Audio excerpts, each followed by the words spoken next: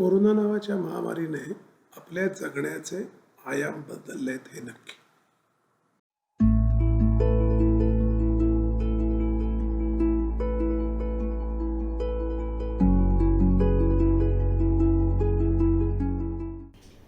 सामाजिक अंतर राखून नाटक करता येईल का?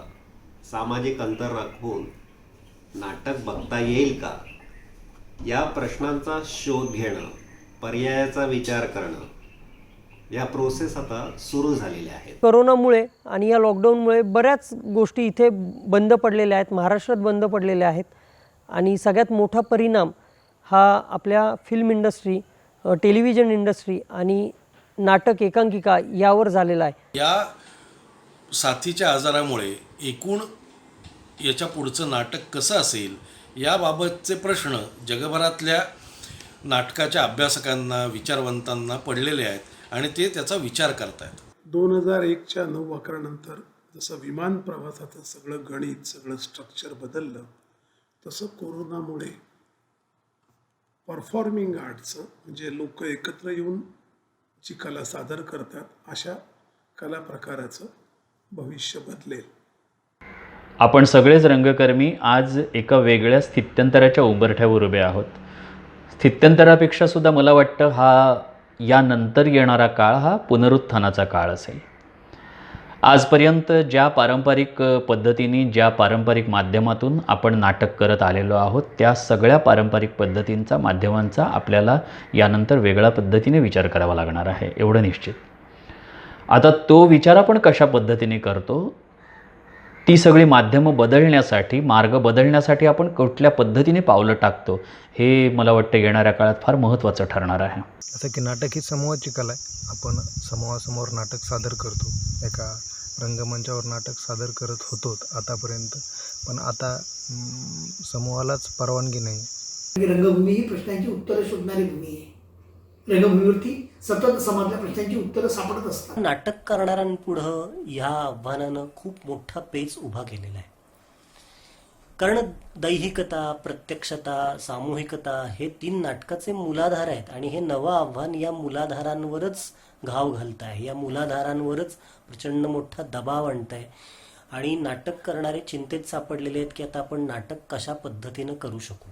मराठी नाटकाच्या बाबतीत जसं आपण काळाचे काही टप्पे आहेत, 1880 पासून साधारणपणे 40पर्यंत, मग 40 ते 60पर्यंत, मग एक 60उत्तरीय नाटक, मग 90उत्तरीय नाटक. तसं मला वाटतं एकूणच नाटक हे यानंतर कोरोनापूर्व आणि कोरोनोत्तर अशा 2 टप्प्यांमध्ये विभागलं जाणार आहे. रिकाम्या खुर्च्यांसमोर केलेलं नाटक आणि प्रेक्षकांसमोर केलेलं नाटक यात फरक पडतो, म्हणून तो पॅटर्न बदलेल असं मला वाटतं.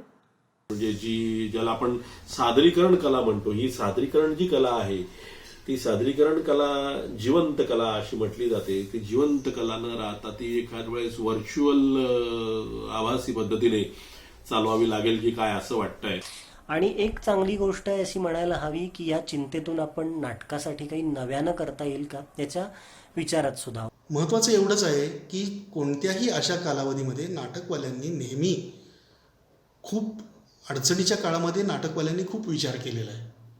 केवळ नाटकवाले असंच नव्हे तर कोणतेही, म्हणजे परफॉर्मिंग आर्ट्स असतील किंवा फाईन आर्ट्स असतील, आर्टिस्ट हा नेहमी परिस्थितीचा अगदी वेगळ्या प्रकारे विचार करत असतो आणि नाटकवाला आज तो करतोय. कारण सोशल डिस्टन्सिंग, सामाजिक अंतर ही संकल्पना बालकलाकारांना, बालप्रेक्षकाला सोसवणारी नाहीये. स्पर्धात्मक बालनाट्य ही एक फार मोठी चळवळ आहे. ठाणे, डोंबिवली, अकोला, सोलापूर, कणकवली, नगर, पुणे अशा काही मोजक्या शहरांमध्ये बालनाट्य स्पर्धा होतात आणि त्याच्यातून काही कलावंत पुढे येतात. पण आपल्याला खरी दखल घ्यावी लागेल आणि ती म्हणजे राज्य बालनाट्य स्पर्धेची. कारण ही स्पर्धा एक चळवळ म्हणून अगदी ग्रामीण भागांपर्यंत पोहोचलेली आहे. या स्पर्धेत साधारणतः 250 ते 300 संघ सहभागी होतात दरवर्षी. आणि आपण जेव्हा विचार करतो की 250-300 संघामध्ये सरासरी 10 जण जर काम करत असतील तर असे 2,500 ते 3,000 बालकलावंत रंगमंचावर दरवर्षी उभे राहतात आणि खूप मोठी गोष्ट आहे. बालनाट्याचा हंगाम मोसम असतो एप्रिल मे महिन्यात आणि एप्रिल मे महिन्यातच लॉकडाऊन सुरू झालं, जे संपलं नाही. त्यामध्ये बालनाट्य संपलं. कोकणातील रंगभूमी ही 2 वेगवेगळ्या पातळ्यांवर चालते.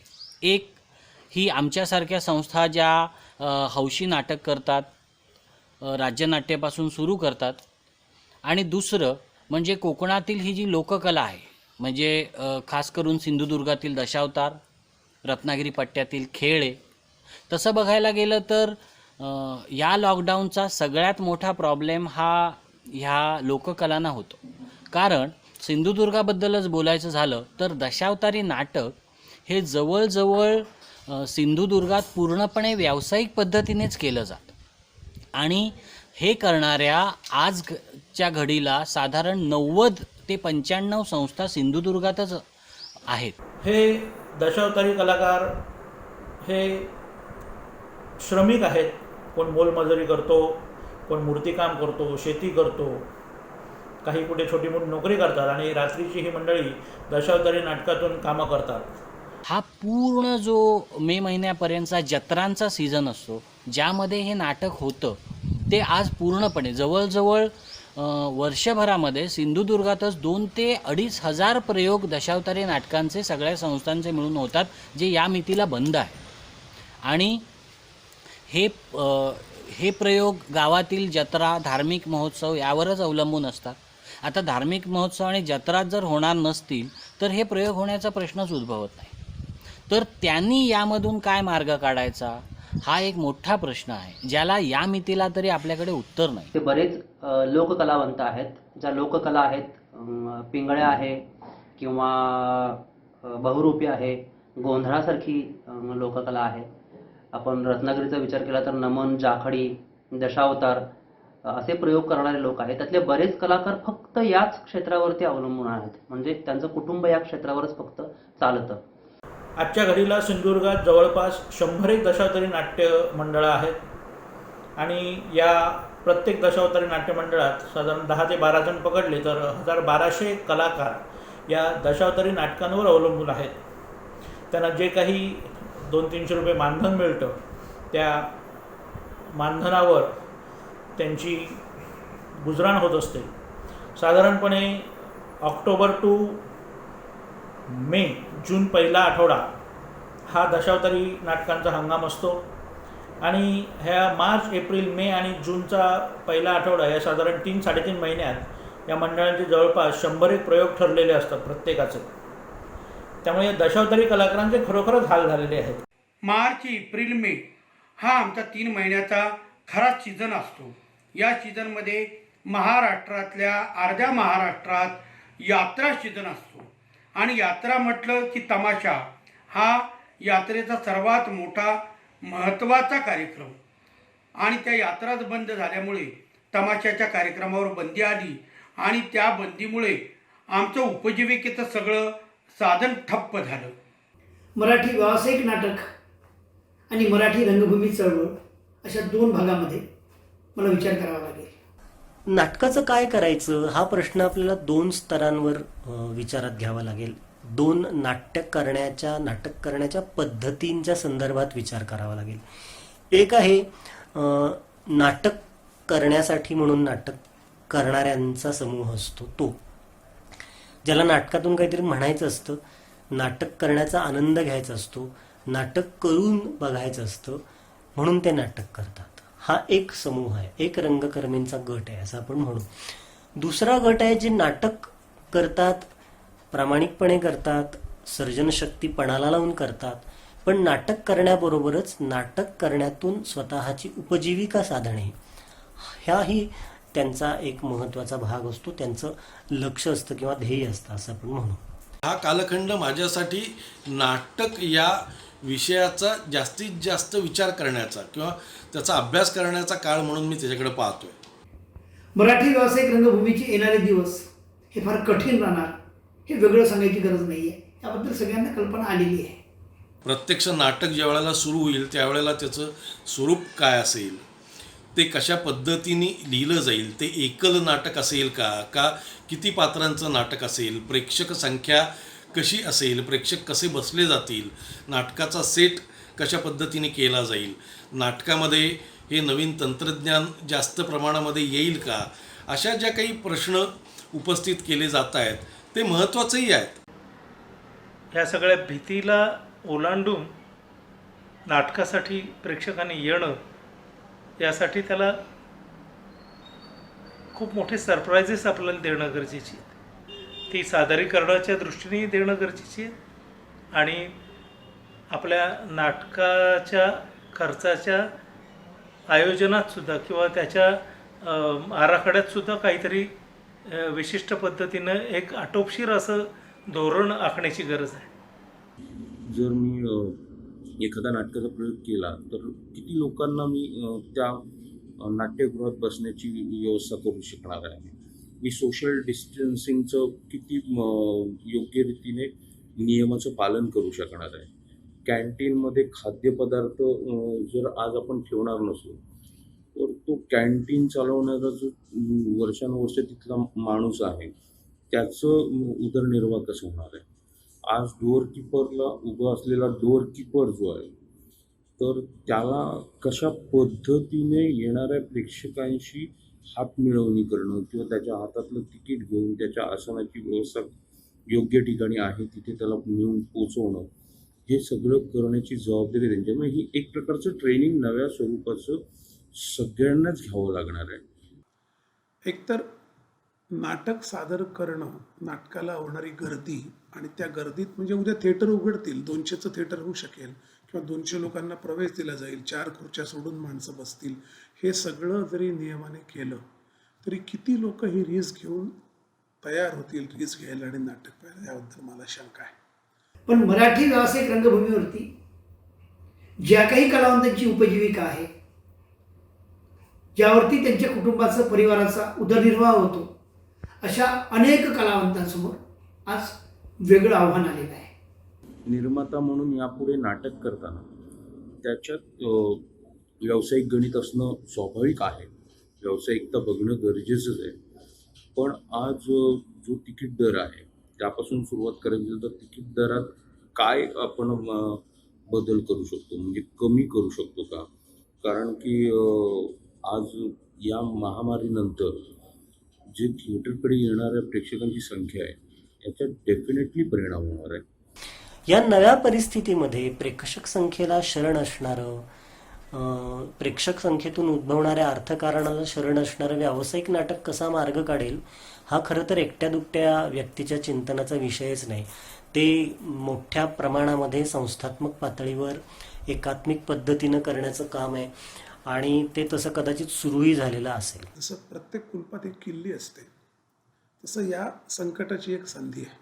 निर्माता किंवा प्रत्येक डिपार्टमेंटची व्यक्ती या नाट्यक्षेत्राशी निगडीत असलेली व्यक्ती येऊन बोलणं गरजेचं नाही आहे, तर त्याला बघणारे त्याचा जो प्रेक्षक वर्ग आहे त्यांनी सुद्धा या चर्चासत्रामध्ये सहभागी होणं गरजेचं आहे.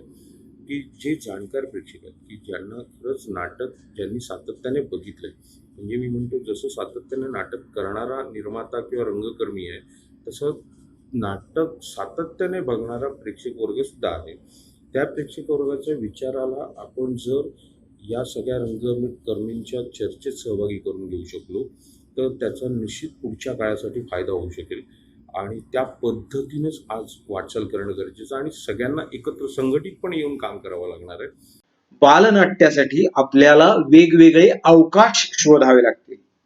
उदाहरणार्थ बगीचा असेल, शाळेचं ग्राउंड असेल, या ठिकाणी सोशल डिस्टन्सिंगचा प्रश्न निर्माण होणार नाही. प्रेक्षकांना आपण वेगवेगळ्या पद्धतीने बसवू शकू आणि तिथं चांगल्या प्रकारे कमी पात्रांचं नाटक सादर होऊ शकतं असं मला वाटतं. बालकांना नृत्य नाट्याचे काही विषय देऊन 3 ते 4 मिनिटाच्या नाटुकल्या बसवण्यास प्रेरित करायचं असा आमचा विचार आहे. खेळनाट्याची संकल्पना आम्ही काही वर्ष राबवत आहोत. याच खेळनाट्याचं आणखीन एक लघुरूप आम्ही आता या दिवसात राबवण्याचा विचार करतो आहोत. या कोविड नंतर या नाटकाचे अनेक विषय जसे लोकांच्या मनात येतील नव्याने, तसंच नाटक खऱ्या अर्थाने आता नाटकाच्या थिएटरच्या बाहेर येईल. आणि तुम्ही कुठेही करा, म्हणजे इथे मी बसले इथे नाटक करा, कुठे मैदानावर नाटक करा, एखाद्या झाडाखाली नाटक करा, नाटक करण्याच्या जागा 100% बदलतील. मला असं वाटतं की सगळ्यात जास्त लाभ आता या काळाचा प्रायोगिक रंगभूमीला होणार. प्रायोगिक रंगभूमीला मोठमोठ्या थिएटर्सची गरज नसते, मोठमोठ्या जाहिरातींची गरज नसते, मोठमोठ्या कलाकारांची गरज नसते. म्हणजे असतेच असं नाही. नाव, प्रसिद्धी, पैसा असा त्यांचा अप्रोच असत नाही. प्रेक्षकांना स्वतः अंतर्मुख होतात, आपला आशय प्रभावीपणे पोहोचवण्यासाठी नाटकाच्या वेगवेगळ्या शक्यता आजमावतात. रूढ आहे ते बाजूला सारून वेगळ्या प्रकारे आपला आशय प्रभावीपणे पोहोचवता येतो का याचा विचार करतात आणि प्रेक्षकांना अंतर्मुख करण्याचं ध्येय बाळगून असतात ही मंडळी. त्यामुळे ही सगळ्यात आदरणीय व्यक्तिमत्व राहिलेली आहेत आत्तापर्यंत आणि यांनी व्यावसायिक रंगभूमीमध्ये नेहमीच मोलाची भर घातलेली आहे आणि यांनी नाटकाकडे बघण्याचा दृष्टिकोन सामान्य प्रेक्षकाचा सकस करण्याकडेही नेहमीच लक्ष दिलेलं आहे. तर आता त्यांनी आणखी काही वेगळे प्रयोग करता येत आहेत का त्याच्याकडे लक्ष देणं गरजेचं आहे असं मला वाटतं. वेगळे प्रयोग म्हणजे उदाहरणादाखल मला असं वाटतं की पूर्वी टेरेसवर प्रयोग व्हायचे, आता ते होऊ शकतील. मला असं वाटतं की अगदी छोट्याशा ऑडियन्स समोर अगदी कमी खर्चात अगदी कमी कलाकारांची नाटकं लिहिली जाऊ शकतील, सादर केली जाऊ शकतील. मला तर कुणाच्या तरी दिवाणखान्यात सुद्धा आता प्रायोगिक नाटकं होऊ शकतील. अशा प्रकारची नाटकं सादर करायची इच्छा असणारी आणि बघणारी माणसं भरपूर मिळतील मराठी रसिकांमध्ये, हे माझी खात्री आहे. आणि मग त्यासाठी कसं काय करता येईल, नेपथ्याबाबत काय करता येईल, प्रकाशयोजनेबाबत काय करता येईल, वेगळं काय करता येईल, लिखाणात काय करता येईल, दिग्दर्शनात काय करता येईल, हा नवा चॅलेंजिंग प्रकार त्यांच्यासाठी खेळणं म्हणून आपण त्यांच्या पुढे आहे असं आपण मानूया. आम्ही कोल्हापूरमध्ये प्रोसेनियमच्या मंचाला पर्याय ठरू शकेल अशा प्रकारच्या अपारंपरिक अवकाशांमधल्या नाटकाचा शोध घेतो आणि ते यथाशक्ती करतो. अवकाशच आपल्याला नाटक देतं का? अवकाशच आपल्याला नाट्यशैली देतं का? अवकाश आपल्या नाट्याशयाला आव्हान देतं का? असं पाहून नाटकाचा शोध घ्यायचा. या नाटकाच्या शोधामध्ये आपल्या नाटक करणाऱ्या सगळ्या चमूचीच सर्जनशक्ती पणाला लागत असते. अर्थकारण अत्यंत सोपं सुलभ अर्थकारण असतं, त्यात कुठली अटीतटी आणि पर्यायानं त्या अर्थकारणाच्या तडजोडी नसतात. तर अशा प्रकारचं पारंपरिक अवकाशांना नाकारणारं आणि नव्या अवकाशांचा शोध घेणारं नाटक आपल्याला सापडतं का, हे शोधण्यासाठी हा उत्तम काळ आहे. ही संधी अशा करता आहे की आत्ता खऱ्या अर्थाने आपल्या रंगभूमीने काट टाकायची वेळ आली आहे. पारंपरिक पद्धतीला आत्ता आपण सोडचिठ्ठी द्यायला हवी, कारण ते कंपल्शन आहे. म्हणजे आपल्याला जर नाटक करत राहायचं असेल तर आपल्याला नाटक करण्याची पद्धती बदलायला लागेल, हा त्याच्यातला अर्थ आहे. म्हणजे पीटर ब्रूकने जेव्हा महाभारत केलं त्यावेळेला महाभारताचं स्टेजवर तो काय करणार याची फार उत्सुकता होती आणि त्याने ते कुठलेही पडदे किंवा असं काही न वापरता एक वेगळ्या पद्धतीचा सेटचा विचार केला, जो सेट होता आणि नव्हता सुद्धा. अशा अनेक कलाकार, अशा अनेक लोकांनी जगभरात ते प्रयोग केले. म्हणजे प्रोसेनियम थिएटर आल्यानंतर सुद्धा प्रोसेनियम थिएटरला नाकारणारे अनेक माणसं होती.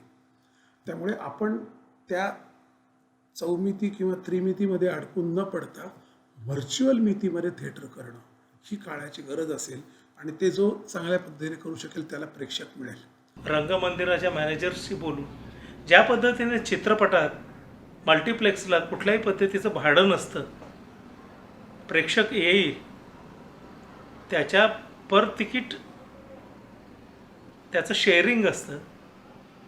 थिएटर काही पर्सेंट घेतं, निर्मात्याला काही पर्सेंट देतं.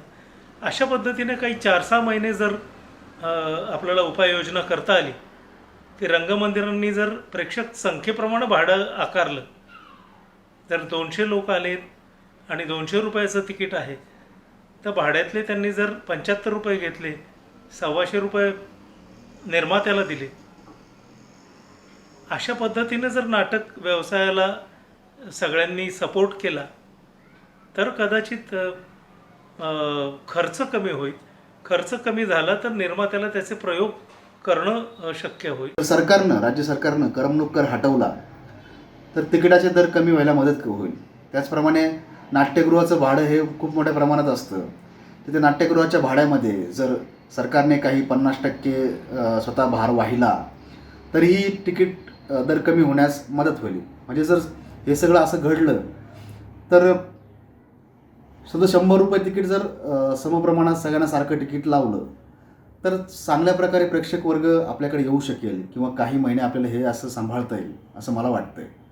नाट्य निर्मिती करत असताना इतरही अनेक गोष्टी आहेत जसे की थिएटर व्यवस्थापन आलं, त्यानंतर आज डोअर कीपरपासून ते तिकीट विक्री करणारा आमचा प्रत्येक व्यक्ती असेल, त्यानंतर बस, टेम्पो यांनासुद्धा आज एक कोरोना आधीच्या रंगभूमीवर करत असलेली त्यांची कार्यकर्ते आणि आता कोरोनाच्या या परिस्थितीनंतर त्यांना जो व्यवसाय करायचा आहे त्यासाठी त्यांनासुद्धा खूप वेगळ्या पद्धतीनं या सगळ्या गोष्टींना सामोरं जावं लागणार आहे असं मला वाटतं. सादरीकरण जी कला आहे, जी प्रत्यक्ष समोरासमोर होते, त्याच्याऐवजी आपण व्हर्च्युअल माध्यमातनं किंवा नाट्य अभिवाचनातनं किंवा एकपात्री प्रयोगातनं किंवा नाट्यछटेतनं नाहीतर मग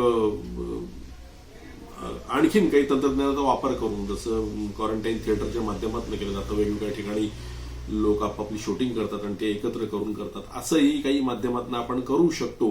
तांत्रिकदृष्ट्या त्यामध्ये बदल होणार आहे हे निश्चित. रादर तांत्रिकदृष्ट्या बदल करावाच लागणार आहे, कारण कमीत कमी पात्र असलेली नाटकं आपल्याला यानंतर विचार करावा लागणार आहे त्यांचा. मग त्यातून कदाचित एकल आविष्कारांवर भर दिला जाईल, द्विपात्री नाटकांवर भर दिला जाईल, 3 पात्र किंवा मॅक्झिमम 4 पात्रसुद्धा मला वाटतं डोक्यावरून पाणी, पण मॅक्झिमम 4 पात्र असं कमीत कमी पात्र असलेल्या नाटकांवर भर दिला जाईल. आणि केवळ कमीत कमी पात्रच नाही तर बॅकस्टेजला सुद्धा कमीत कमी माणसं लागतील अशा नाटकांवर भर दिला जाईल. आणि मग या गरजेतून, या तांत्रिक गरजेतून जर कदाचित आशय विषयाच्या दृष्टीनं सुद्धा वेगळं असलेलं नाटक जर लिहिलं गेलं तर मला वाटतं आपण जे म्हणतो की एखाद्या संकटाचा चांगला परिणाम झाला आहे तर या कोरोनाच्या संकटाचा चांगला परिणाम झाला आहे असं म्हणायला हरकत नाही. पण ते मोजकेच प्रेक्षक बोलावून, सोशल डिस्टन्सिंग पाळून, बसवून त्या प्रेक्षकांना आपण काही करू शकतो का, हे केल्याशिवाय कळणार नाही. अर्थात हे नाटक आहे, ते कुठल्याही परिस्थितीमध्ये नाटक करणाऱ्याला शांत बसू देत नाही. तो कुठला ना कुठला तरी मार्ग याच्यावरून काढणार. प्रॉब्लेम तर हा असणारच आहे सोशल डिस्टन्सिंगचा, कारण मला तरी नाही वाटत अजून 6 महिने, वर्षभर सगळं सुरळीत व्हायला कदाचित तेवढा वेळ लागू शकतो. तर ह्या संधीचा आपण सगळेजण फायदा घेऊयात. मराठी व्यावसायिक रंगभूमीला परत सशक्तपणे टिकवायचं असेल तर मला असं वाटतं की प्रेक्षकांनी सभागृहाप्रती याची वाट न पाहता आता व्यावसायिक रंगभूमीने प्रेक्षकांपर्यंत जावं लागणार. छोट्या छोट्या गटांनी केलेलं, छोट्या छोट्या गटांसाठी केलेलं, लवचिक असणारं अवकाशांच्या बाबतीमध्ये, काळाच्या बाबतीमध्ये, पण आशयाशी प्रामाणिक असणं, नाट्यरूपाच्या शोधाशी प्रामाणिक असणारं असं काही नाटक आपल्याला करून पाहता येतं का, हे या काळामध्ये खूप तीव्रपणे धडपडून शोधता येईल. कुठलाही नवीन फॉर्म हा ॲक्सेप्ट करायला म्हणजे वेळ लागतो, ते बदल आपण करत राहिले पाहिजे, कारण लोक ते ॲक्सेप्ट करतात. कोणालाही वाटलं नव्हतं की टच फोन येईल, सगळ्यांना आपलं डायलच फिरवायची सवय होती, तेव्हा ते स्वप्न होतं किंवा अशक्य होतं, त्याची गरजही नव्हती. पण आपण बदल देतो आणि त्याची गरज निर्माण होते. उलटं पण असतं, जे आयफोन नेहमी करतं की तुम्हाला ते बदल देतात आणि तुम्हाला त्याची सवय लावतात. अशी एक सवय आपण प्रेक्षकांना लावू शकतो. प्रेक्षक थिएटरकडे त्यामुळे येण्याची गरज उरणार नाही.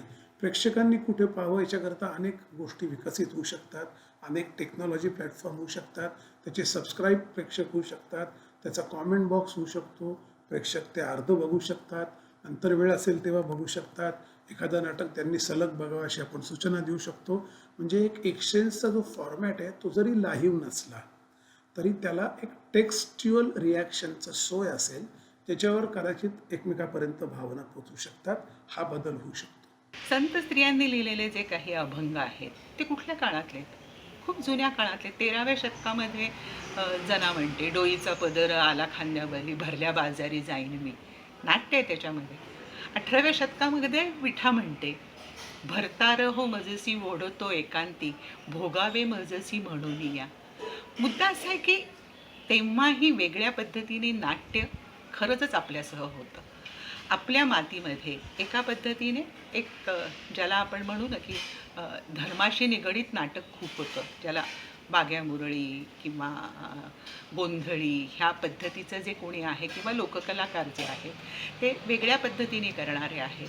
एकनाथांचे खेळ हे वेगवेगळ्या पद्धतीचं नाट्य आहे आणि त्याच्यामुळे नाटक आपल्याकडे कायमच आपल्यासह बरोबर राहिलेलं आहे आणि ते आपल्या डोक्यामध्ये फक्त व्यावसायिक नाटक असल्यामुळे आपल्या मनामध्ये गोंधळ होतात. परंतु वेगवेगळ्या पद्धतीने वेगवेगळ्या मार्गाने आपण नाटकाचे आविष्कार करत राहतो आणि त्यातले वेगवेगळे आनंद घेतच असतो. मला असं वाटतं जुन्या लोकांनी जे नाटक करण्याचा प्रयत्न केला आहे त्याचे पुन्हा आपण दाखले घ्यायला पाहिजेत आणि नव्याने नाटक करायला पाहिजे.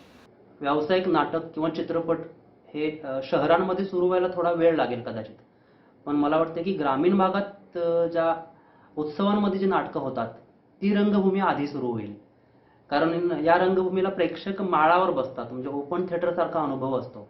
तर तेव्हा तिथे सोशल डिस्टन्सिंग ठेवणं आपल्याला जमू शकतं. तर ती रंगभूमी हळूहळू सुरू करता येईल.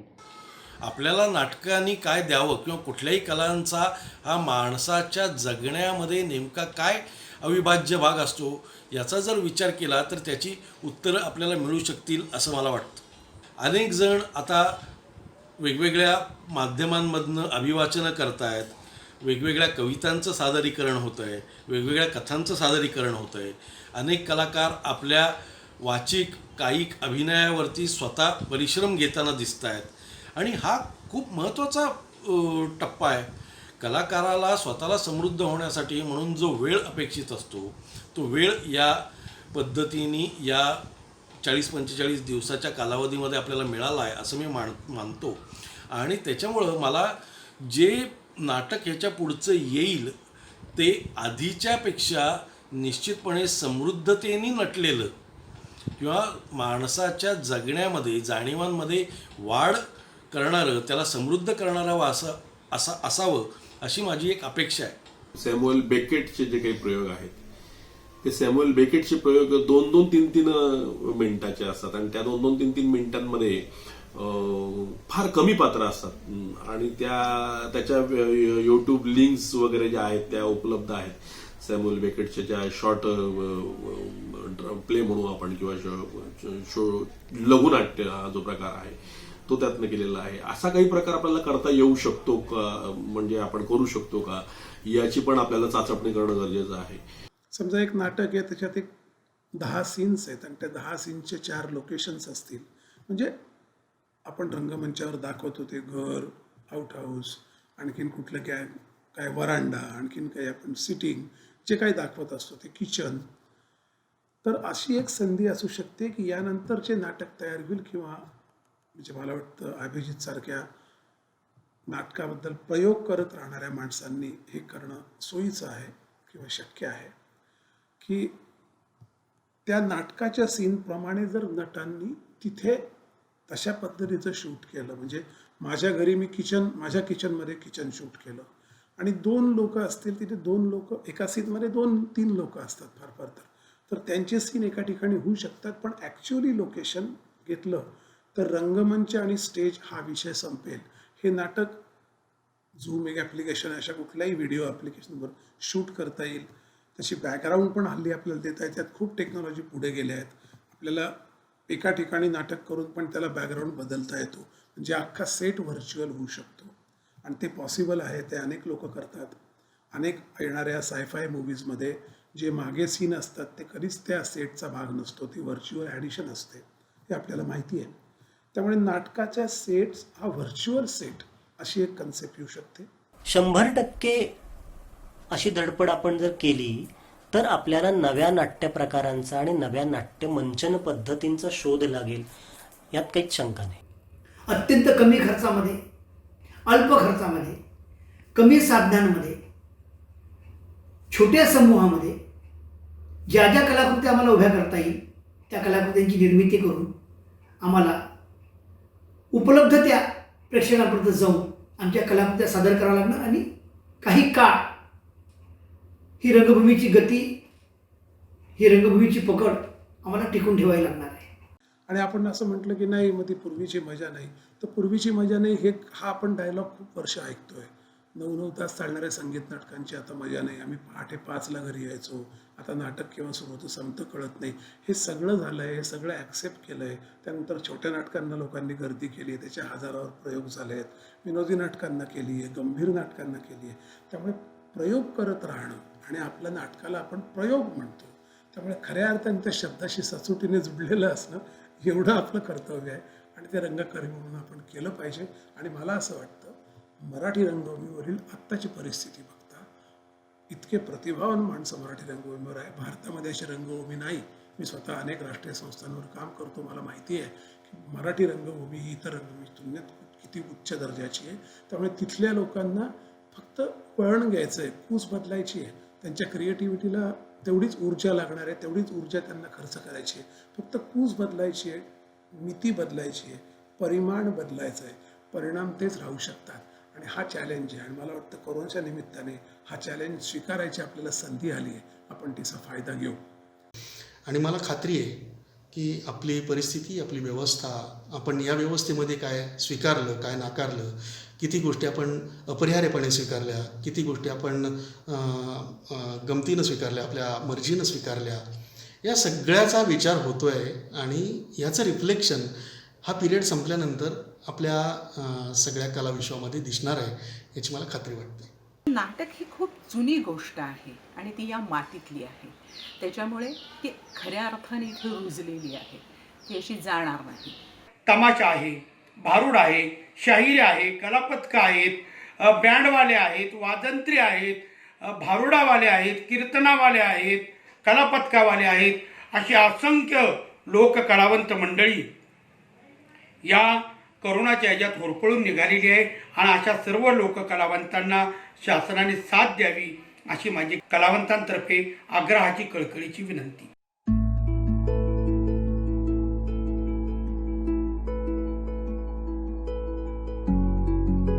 कोरोनापूर्वी नाट्यगृहात जी गर्दी व्हायची ती कोरोनाचा प्रादुर्भाव कमी झाल्यानंतर किती होईल हा एक मोठा प्रश्न आहे. कोरोनानंतरच्या काळामध्ये नाट्यगृहात प्रेक्षक नक्कीच येतील, हळूहळू येतील, पण येतील मात्र नक्की. नाटक रसिक, संगीत रसिक हा कुठेही गेला तरी आपली रसिकता कधीच सोडत नाही. नाटकाबद्दल प्रेक्षकांची असणारी ओढ आणि उत्सुकता ही सुद्धा आजही तितक्याच प्रमाणात आहे.